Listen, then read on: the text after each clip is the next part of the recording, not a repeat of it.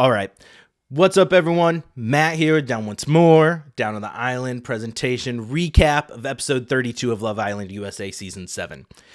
We're going to do things a little bit different tonight because the episode just ended and I'm fired up. And so we're going to start at the end of this shit and take it back through to the beginning and find out how we got where we're at. And I am going to lose any goodwill that I have gained and probably followers that I have gained once I've started recapping this because Nicolandria Hive, we need to have a chat. The fact that Nicolandria and Nick are still here, this couple that production keeps putting together,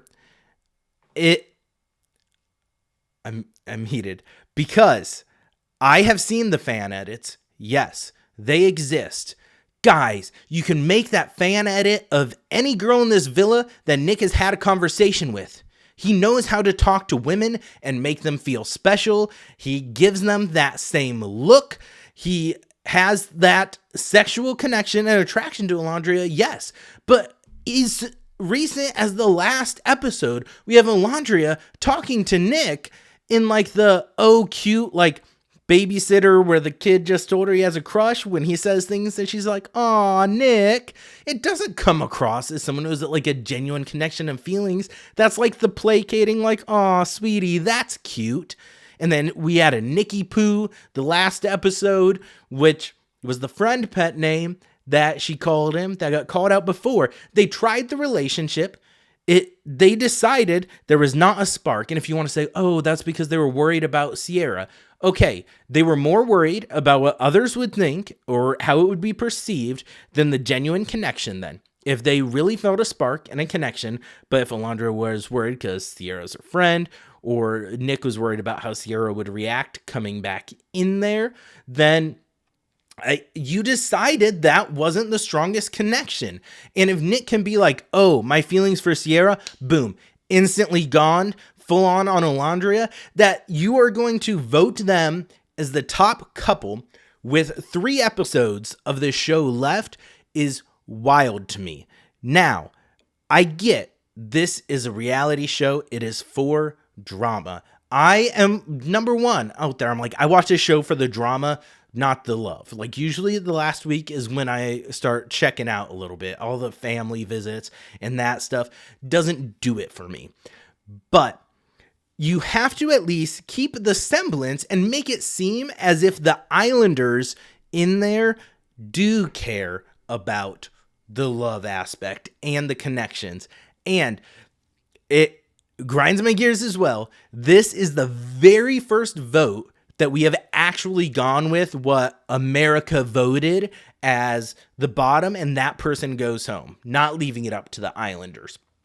And it just so happens, it results in Taylor and Clark going home, which I could have told you was going to happen because people are still holding shit against Taylor. Now, did Taylor handle it like a little bitch with how he treated and communicated with Nicolandria, that when they were in a couple earlier on that he wasn't feeling the spark? Absolutely. He should have communicated that earlier. I have said that constantly. He fucked up that situation. He should have done better. He didn't. But that doesn't mean that him and Clark should be punished for that. We had one of the cutest moments and the sweetest moments, definitely in this season, maybe in the show's history, with him knowing Clark used to cheer, knowing how much that meant to her, organizing the guys to do a cheer, spell out her name, and ask her to be exclusive. That was cute as hell. And to have that moment and then to see them get sent home because America voted them in the bottom pissed me the fuck off. So I am fired up because we're having this makeshift couple because everyone keeps shipping them and standing them and putting them together. I like them No, I take it back. I like Nicolandria as an individual. Nick gives major player vibes, and he had the same types of conversations with Jaden and was trying to connect with her and look at her and tell her how special she was when he had the conversation with her. And he was talking about how beautiful she was and really turned his head. He was having the same conversations and talked the same way and looked the same way at Bella in the very beginning before he switched it up and picked Sierra. And guys, the switch up is real. This is how Nick has been moving the entire season. When what he thinks he wants doesn't play out how he wants, then he changes his mind and he goes to what seems to be the safer option. If you're voting for it because you like Nicolandria, that's not the point of the show. Like, you have to at least pretend to keep the charade up or the facade. That's what the point of the show is. And so to see that, especially after the last 2 episodes, we've seen glimpses of just I'm trying to find a good and sensitive way to put it, but some of Huda's tendencies coming back, and you're seeing Chris getting to his breaking point. Did he handle it great this episode? Not perfectly. Could have done better, especially at the fire pit when they were voted safe and she reached out to grab his hand and he kind of ignored her, and she's trying to say hey to him. He kind of ignored her. That definitely should have acted better. I get emotions are high. I mean, these Islanders, people who have been voted off, have said they get like on average 2 to 3 hours a night. So these are sleep deprived people. And that's what they do in the reality shows. Like it's the same on Bachelor, Bachelorette. Like the first night, people get like no sleep so that emotions are high, nerves are high, everything's high and heightened. But I don't know, guys. I'm all for having fun, standing people, shipping people, but to vote them as the top couple is wild.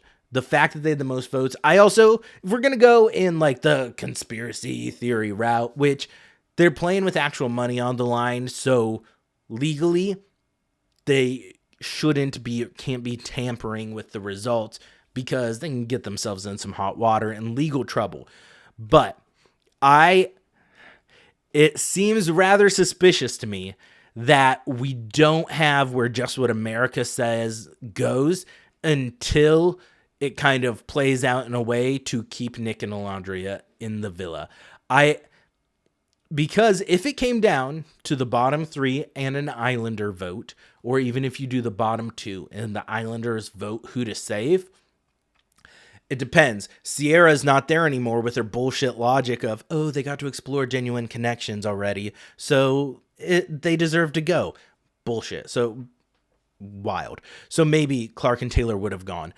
But it's rubbed me the wrong way. I felt like this cast, more than other seasons that we've watched, seemed to be voting out stronger connections more than ever. And even though this was America voting, which America, what the fuck are you doing? Come on. Like, I get the Nicolandria Hive is strong. They were the only ones that commented on my last video saying who they voted for. So like I said, I know I'm probably going to lose viewers, get some hate for this, but guys, I know you want it to work, but look at how Nick has been acting the entire season with everyone. If you think it's genuine, I don't get it. I get Nicolandria's words this episode I get that she keeps saying that she's feeling the connection, but you guys also have to realize, and again, maybe I'm reading too much into it. Just enjoy the show for what it is. But hey, that's not what I'm doing here. But these people have producers talking to them and working with them constantly as well. And so do I think that a producer is going to Nicolandria and being like, hey, people really like you guys. I think you really should, you should see it. It really seems like all signs are pointing to Nick, doesn't it? That she's like, yeah, maybe it has been Nick all along. And then helping plant and foster these things to get it going. It's not going to work outside the villa. It doesn't seem genuine. What are we doing, people? What are we doing? There's another vote tonight. I can't vote for Clark and Taylor, but but I'm sure as hell not voting for Nick and Nicolandria for the best couple. So, ugh. And if Huda and Chris, I get it was one episode that they're struggling, but if they get multiple votes, like if we have a Nick and Alondria, Huda and Chris, and Ace and Shelly as a final three, I'm gonna be, I'm gonna be something. I'm gonna be something. All right. I need to calm down. I'm an adult. I need to calm down. All right. Other things that happened this episode. We will touch on them briefly. That's my rant to the Nicolandria Hive. That's all I'm gonna say. I've dug myself a hole with that. We're good. Couple highlights of tonight.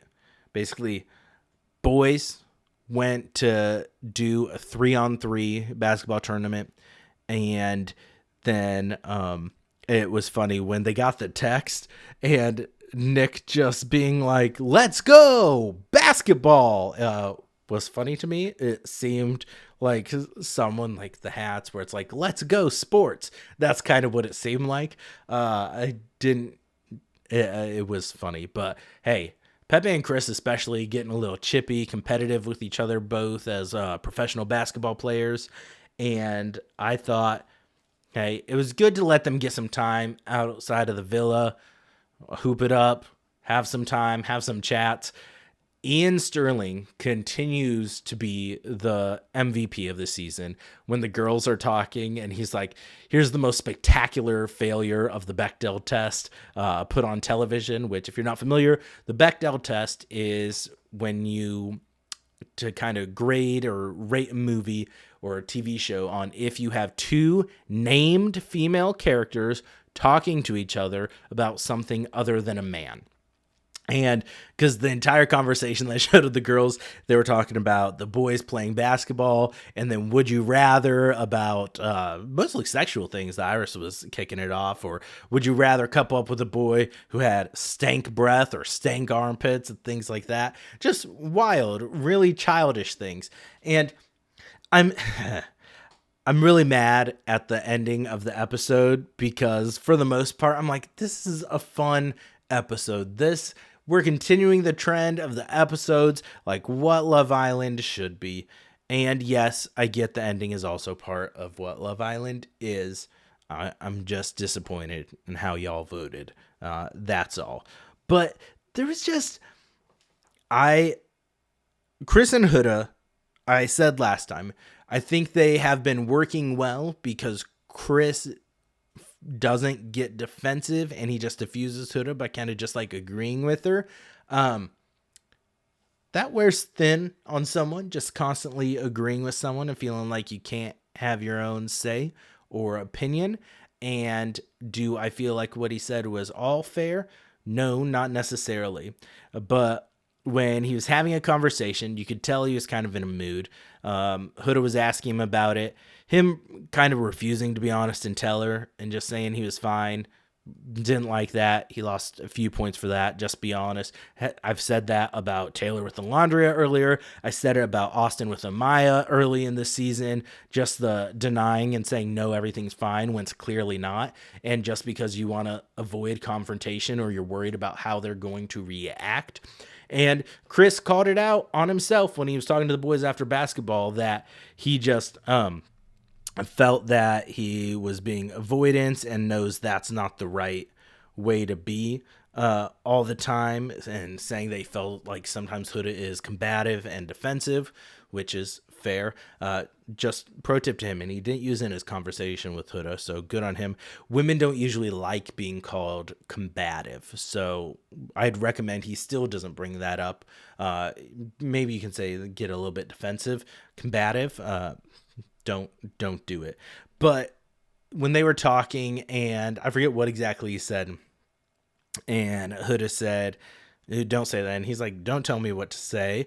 And she said, well, I just did. And he's like, okay, well, don't do that anymore. She's like, well, I just did. Like, read the room. Like, yeah, maybe he was being playful. Maybe he was being too much and extra. He's being moody. If he says don't do that and then you double down, come on, don't double down. And then her just like in that conversation, she did the "you like me" thing again, and and then it was rough. It being cut between Huda going in with the girls and being like, yeah, Chris was like mad quiet because he was dead tired from doing well, she didn't say he was quiet. She's like, yeah, Chris was dead tired from doing that parenting thing. He's like, he's so tired now. And then it's like Chris telling the guys, he's like, yeah, no, earlier I asked for a kiss and she was like looking around and she didn't want to do it because there were people around, and like, what's up with that? And that's what was bothering him. Like I said, he should have told her when she asked, but I don't know if it's a coping thing or she's just genuinely not reading it and her saying like, yeah, he's just quiet because he's tired, which to be fair, he told her it was nothing, that he was tired. So I don't know. But then later I'm jumping by couples this time. And later after the basketball game, he decided to have a conversation with her and he pulled her and he's having a chat and talking about, he's like, hey, yesterday, he's like, earlier I was bothered. So yesterday when we were doing after the baby thing and I asked you for a kiss and you looked around, why was that? She's like, well, there was just like people right there. And he said, okay. And she's like, it's like PDA. He said, okay, but it doesn't make sense because as soon as we're in bed, you just want to get all physical or with sex and stuff. But like, if you won't around other people, won't even give me like a peck, then what's that? It's just confusing. And she's like, well, it's just, it feels like PDA out here and I've had a hard time in here. And her just like making it about that, just saying like, I get she went through a lot. Some of it was brought on by herself. And then her just being like, he's like, well, just the difference, the switch up, like where you'll in the bedroom, you're like, bam, you want to do it, but you want public. And then are going, okay, do you want me to stop kissing you in the bedroom? Like, come on. That we're not doing this victim shit again. You know, that's not what he was saying. He just wants you to be honest and say, hey, why does it bother you just a little bit, like a peck? I'm not saying let's make out in front of everyone instead of a challenge, but he's like, hey, just like do some kissing with me outside of a challenge when it's not in bed. I don't think that's completely unreasonable.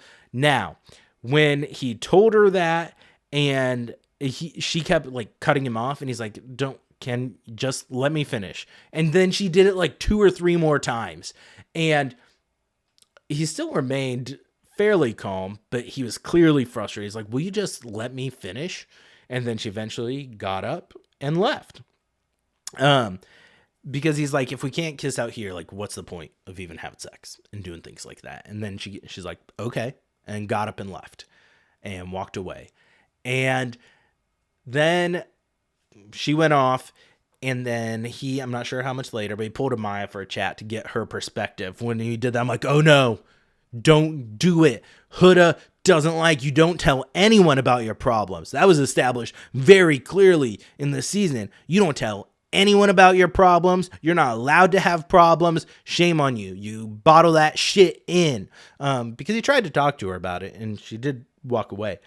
But Amaya did a good job kind of like reassuring him like, no. And Amaya also did a good job trying to get him to think of Huda in this situation, saying she's probably emotional and in a more defensive mode right now and not hearing you out and realizing what you're trying to say, which good for Amaya to try to calm and point out Huda's feelings being valid too. Good for her. Those are true because she also validated Chris's feelings. So I think she did a good job with that conversation. Now, do I think Huda's feelings are more valid and important than Chris's? Absolutely not. But both of them, their feelings are valid. It's all about how you react to it. You can't control how others make you feel, what others say to you, how others treat you. You can control your actions, how you respond to them, and how you're going to move from that. So I don't know. And Huda saying with Amaya, she's like, well, I was kissing in front of other people with Jeremiah and everyone had something to say about that. Okay, this isn't Jeremiah. There was so much more at play with that. You know that's not the same situation because earlier too, when Huda was having a conversation with Shelly and Nicolandria, talking about it when the boys were playing basketball, it just seemed like Nicolandria and Shelly had nothing to do with, like, they wanted no part in that conversation because she's like, well, we just communicate so well and Chris reacts so well to what I do. Like, if you listen to what she is saying, everything in that conversation is she thinks it's good because of how Chris adjusts to her and what she needs, not how they're able to meet in the middle or meet halfway, which is very important in a relationship and communication, in my opinion. So, those were the two main things that happened tonight, besides Clark and Taylor having a very adorable moment, becoming exclusive, and then it was ruined because America did not vote for them. Fuck y'all, America. So I think that's all I'm going to say about that. Like, I really don't have much else. We will see what is to come on Thursday, which unfortunately my Thursday recap and review and watching will be late because I am going to see the new Superman movie at like 7. And so I will be watching the episode like an hour and a half late.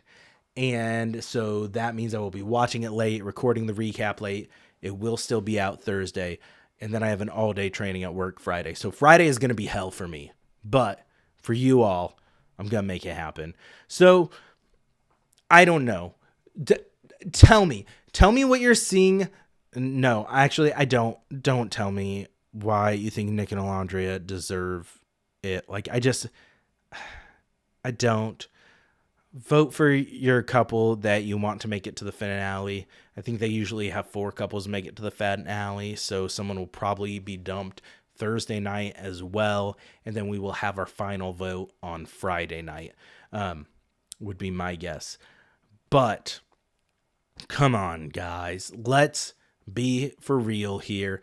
The point of the show is supposedly, like, it's not. It's drama and making the executives money, but let's pretend like it is about love and connections and try to vote for that, not the fanfic that you have written in your head, but what we're actually seeing. Like, wake up. Nick is not being genuine. He has not been almost this entire thing. Come on, people. Okay, I'm out. Tomorrow morning, actual episode of the podcast will be out. Brad and I did kind of revisited the last 5 years, the Jeremy Jordan, Anna Kendrick musical, talked about that. So that will be out. And then we will get back. There will be Love Island recaps Thursday, Friday, and then the finale on Sunday night. I'll recap and review all of those. And then next week on Wednesday, back to your regularly scheduled programming with the podcast. I will be talking about some of the best musicals you can stream across the different streaming sites, so musicals specifically. And then I'm going to do a tier ranking of Epic the Musical, the different sagas from that, on my opinion. So you can have a different opinion. That's awesome. I welcome different opinions, even though if you vote for Nick and Nicolandria, I kind of shit on you this episode. I apologize. I still respect you as people. I just don't respect your voting decisions. So that's it. Hope you enjoyed. Like, subscribe, follow, share, comment. But this fan base doesn't know how to act online. So if you're going to comment, please be nice say nice things. I'm sensitive. So thank you all. Love you all. Don't forget to go down once more. Later.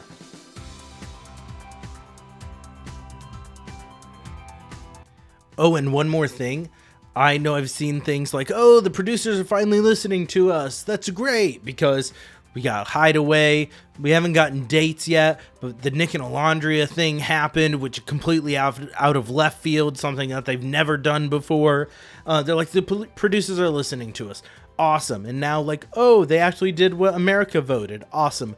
No, I don't think it is a great precedent to set. And I think you're playing with fire if you were going to give the impression that, hey, if you make a loud enough noise online with something like this, the format now about people having to own up and be responsible for their actions, absolutely. That's a good thing. But about the format and things like that, I think it is a dangerous precedent to set that you make a loud enough noise online, we're going to do it. Whatever. That's it. That was my last thought. Okay, done with this episode.